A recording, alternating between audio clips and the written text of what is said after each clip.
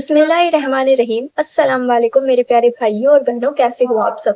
Guys, جیسے کہ آپ سب کو پتہ ہی ہے کہ میں ایک ہندو فیملی سے بلونگ کرتی ہوں، پر میں نے حال ہی میں اسلام کو ایکسیپٹ کیا ہے اور اسلام کی خاطر میں نے اپنا گھر، پریوار، اپنی فیملی سب کچھ چھوڑ دیا اور ایک انجان شہر میں آ کے رہنے لگی۔ تو اس ولاگ میں آپ سب کو یہی بتاؤں گی کہ میں نے ہندو دھرم کو چھوڑ کر اسلام کو کیوں ایکسیپٹ کیا ہے اور میں نے اسلام کے بارے میں کیا جانا ہے، کیونکہ میرے بہت سارے ایسے بھائی لوگ ہیں جو مجھے بولتے ہیں کہ تم ایک بار پہلے اپنے ہندو دھرم کے بارے میں اچھے سے جانا ہوتا، کیونکہ جیسے کہ کچھ لوگوں نے اسلام دھرم کو بھی چھوڑا ہے اور وہ اسلام دھرم کو چھوڑ کر ہندو دھرم کو انہوں نے اپنایا ہے، اور اسی لیے کچھ بھائی لوگ میری پوسٹ پر کمنٹ کرتے بولتے ہیں کہ تم ایکس مسلم ساحل یا پھر ایکس مسلم کی ویڈیوز دیکھتے جا کر یا پھر ان سے ڈیبیٹ کرو، اور وہ یہ بھی بولتے ہیں کہ تم اسلام دھرم کو ایکسیپٹ کر کے بہت پچھتاؤ گی۔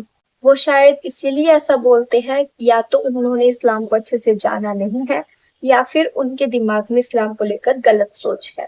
ان کو صرف یہ پتا ہے کہ اسلام میں 4 شادیاں کر سکتے ہیں اور اسلام میں حلالہ قانون ہوتا ہے اور اسلام میں مہیلاؤں سے شادی صرف بچوں کے لیے کی جاتی ہے۔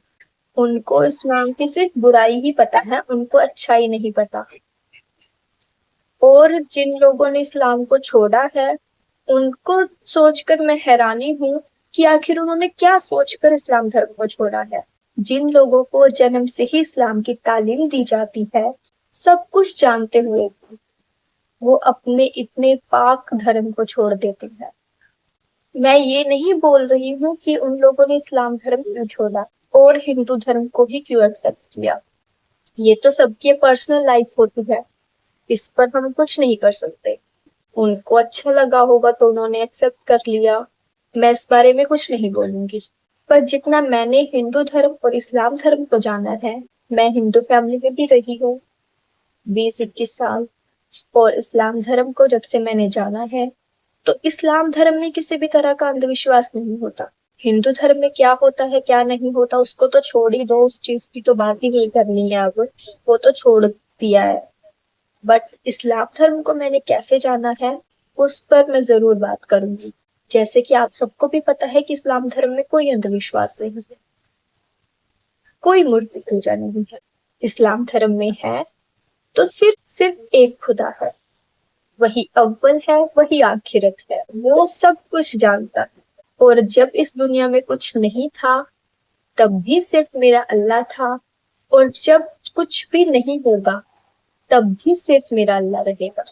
دنیا کی ہر چیز فنا ہو جائے گی پر باقی رہے گی تو صرف اس کی جان۔ اور اسلام میں ایک بات اور جانی ہے میں نے کہ جب ہمارے پیارے نبی پاک حضرت محمد صلی اللہ تعالیٰ علیہ وسلم کا وصال ہوا تھا تو ان کے بعد جو اگلے خلیفہ بنے تھے وہ تھے حضرت ابوبکر صدیقی، اور جب وہ خلیفہ بنے تھے تو ان سے ایک بات پوچھی گئی تھی کہ آپ کی تنخواہ کتنی مقرر کی جائے گی، تو آپ نے فرمایا تھا کہ میری تنخواہ اتنی ہی مقرر کی جائے جتنی کی ایک مزدور کی ہوتی ہے۔ پھر آپ سے پوچھا گیا اتنی سی تنخواہ میں آپ کا خرچہ چل جائے گا؟ تبھی آپ نے کہا کہ اگر میرا خرچہ اتنی تنخواہ میں نہیں چل پائے گا تو پہلے ان مزدوروں کی تنخواہ بڑھائی جائے گی اور اس کے بعد ہی میری تنخواہ بڑھے گی۔ اس سے یہ ثابت ہوتا ہے کہ یہ وہ شفاوت ہے جنہیں اپنی پرجا کا اتنا خیال تھا۔ انہوں نے بادشاہ ہونے کے باوجود بھی یہ فرمایا کہ جتنی تنخواہ ایک مزدور کی ہوتی ہے اتنی ہی تنخواہ میری کی جائے۔ یہ ہے اسلام کی خوبصورتی۔ اور اسلام نے جو کچھ بھی اس دنیا کو دیا ہے اس کا نہ چاہے ہم کتنا بھی اپنے اللہ کا اور اس کے رسول کا شکر ادا کرے اتنا ہی کم ہے۔ مثلاً تم اتنا ہرگز نیکی نہ پا سکو گے کہ جب تک تم وہ چیز نہ خرچ کر دو جو تمہیں سب سے زیادہ پسند ہے، کیونکہ جو بھی چیزیں تم خرچ کرو گے انہیں اللہ بخوبی اور بہتر جانتا ہے۔ اور جہاں تک میں نے سنا ہے کہ یہ چیزیں قرآن میں بھی موجود ہیں، پارہ نمبر 4 آیت نمبر 1، آپ چاہے تو اسے چیک ضرور کر لیجئے گا۔ اس کا مطلب ہے ایک مرتبہ حضرت ابو ہریرہ رضی اللہ تعالی عنہ نے نبی پاک حضرت محمد صلی اللہ تعالیٰ علیہ وسلم سے فرمایا کہ نبی پاک ایسا کون سا صدقہ ہے جو سب سے افضل ہے؟ تبھی نبی پاک حضرت محمد صلی اللہ تعالیٰ علیہ وسلم نے فرمایا کہ وہ صدقہ سب سے زیادہ افضل ہے جس صدقے میں ایک مزدور اپنی محنت سے کمائی کرے اور اس کمائی کو اس پر خرچ کرے جس کے وہ ذمہ وار ہے، جیسے اس کی فیملی ہو گئی، اس کے بیوی بچے۔ جو چیزیں ہمیں سب سے زیادہ پیاری ہوتی ہیں، اگر وہی چیز ہم کسی ضرورت مند کو دے دیں تو وہ صدقہ سب سے اہم مانا جاتا ہے۔ اور اللہ تعالیٰ بھی انسان سے یہی چیزیں آزماتا ہے، جو چیزیں اس کو اپنی لائف میں سب سے زیادہ پیاری ہوتی ہے انہی کو لے کر اللہ تعالیٰ انہیں آزماتا ہے۔ اور جب مجھے یہ ساری باتیں معلوم ہوئی، ان سب باتوں کے بارے میں نے اچھے سے جانا سمجھا، تبھی تو میں نے اسلام کو قبول کیا ہے۔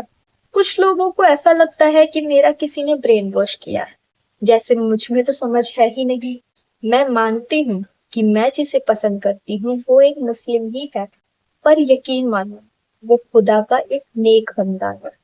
اس نے مجھے کبھی بھی کسی چیز کے لیے فورس نہیں کیا، اس نے مجھے کبھی بھی اپنی فیملی سے دور ہونے کے لیے مجبور نہیں کیا، اس نے کبھی بھی مجھے اسلام دھرم قبول کرنے کے لیے مجبور نہیں کیا، اس نے کبھی بھی میری فیملی کے لیے کچھ غلط نہیں بولا۔ اس نے مجھے اگر کچھ بتایا ہے تو صرف اپنے اسلام کی خوبصورتی بتائی ہے، اور اسلام کی خوبصورتی ایک حقیقت کو بیان کرتی ہے۔ قرآن شریف میں وہی چیزیں، وہی باتیں موجود ہیں جو ایک انسان کی زندگی میں لاگو ہوتی ہیں، اور یقیناً یہ بالکل سچائی ہے کہ جو اسلام کی خوبصورتی کو جان لیتا ہے، قرآن میں لکھی باتوں کو سمجھ لیتا ہے، وہی اسلام کو قبول کرتا ہے۔ ایسی بہت ساری باتیں ہیں جن کو لے کر میں ہندو دھرم میں اور اسلام دھرم میں ڈیبیٹ کر سکتی ہوں، پر میں نہیں کرنا چاہتی کیونکہ میں کسی دھرم کا اپمان نہیں کرنا چاہتی۔ جیسے کہ اسلام میں بھی یہ بتایا گیا ہے کہ کبھی بھی کسی دوسرے دھرم کی توہین مت کرو۔ اگر کسی کو کچھ بتانا ہے تو اپنے اسلام کی خوبصورتی بتاؤ، کیونکہ یہ بات بھی سچ ہے کہ اسلام اگر پھیل رہا ہے تو صرف اپنی خوبصورتی سے پھیل رہا ہے۔ کچھ لوگ مانتے ہیں کہ اسلام تلوار کی نوک پر پھیلا ہے، پر یہ بالکل بھی حقیقت نہیں۔ کسی سے بھی جا کر پوچھ لو جس نے اسلام کو قبول کیا ہے، وہ بھی تمہیں صرف اسلام کی خوبصورتی ہی بتائے گا، کیونکہ جو اسلام کو جان لیتا ہے وہ اسلام کو ایکسپٹ کیے بنا نہیں رہ سکتا۔ ایسا ہی کچھ میری لائف میں ہوا ہے، مجھے کسی نے فورس نہیں کیا، میں نے جتنا جانا ہے، جتنا سمجھا ہے، اپنے دل سے سمجھا ہے، اپنے دل سے اس کو ایکسپٹ کیا، اور اس چیز کا مجھے کوئی غم نہیں ہے کہ میری پہلے کی لائف کیا تھی۔ آزادی تھی پوری، جہاں مرضی جاؤ، جیسے مرضی گھومو، کوئی روک ٹوک نہیں، بٹ مجھے اس آزادی سے بہتر یہ زندگی لگی ہے۔ تو گائز یہی سب کچھ باتیں تھی جو مجھے آپ کے ساتھ شیئر کرنی تھی۔ آپ سب مجھے کمنٹ کر کے بتائیے گا آپ کو یہ ولاگ کیسا لگا ہے۔ اگر اچھا لگے تو لائک اور ویڈیو کو شیئر ضرور کرنا، اور چینل پر نئے ہو تو پلیز سبسکرائب ضرور کر لینا، اور اپنا پیار اور سپورٹ ایسے ہی بنائے رکھنا۔ اور میں اللہ تعالیٰ سے دعا کروں گی کہ آپ سب خوش رہیں، آپ سب کی دل و مرادیں پوری ہوں۔ اس کے ساتھ ہی میں ملوں گی آپ سے نیکسٹ ولاگ میں، تب تک کے لیے بائے بائے، ٹیک کیئر، اللہ حافظ۔